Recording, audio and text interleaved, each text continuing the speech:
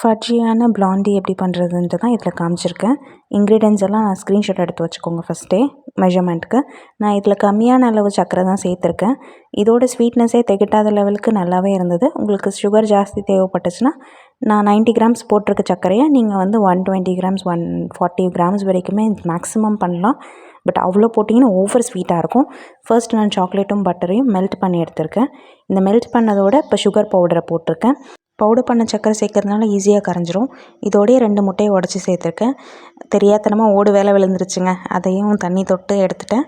இப்போ அதை மிக்ஸ் பண்ணிவிட்டு இது கூட நம்ம வந்து ட்ரை இன்க்ரீடியன்ஸ் எல்லாம் சேர்க்க போகிறோம். அதுக்கு முன்னாடி வெனிலா எசன்ஸ் கொஞ்சமாக சேர்த்துக்கிறேன்.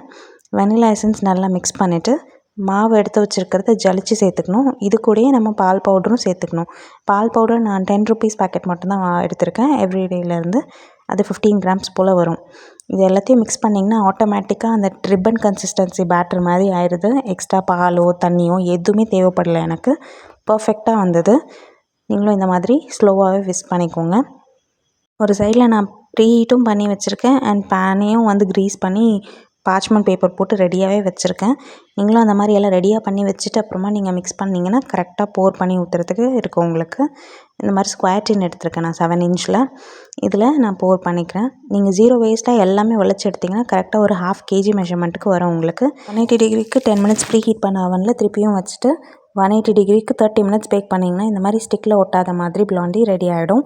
பீஸ் பண்ணாலும் எதுவும் ஒட்டவே இல்லை பாருங்கள். ரொம்ப சூப்பர் டேஸ்டியாக இருந்து ட்ரை பண்ணி பாருங்கள்.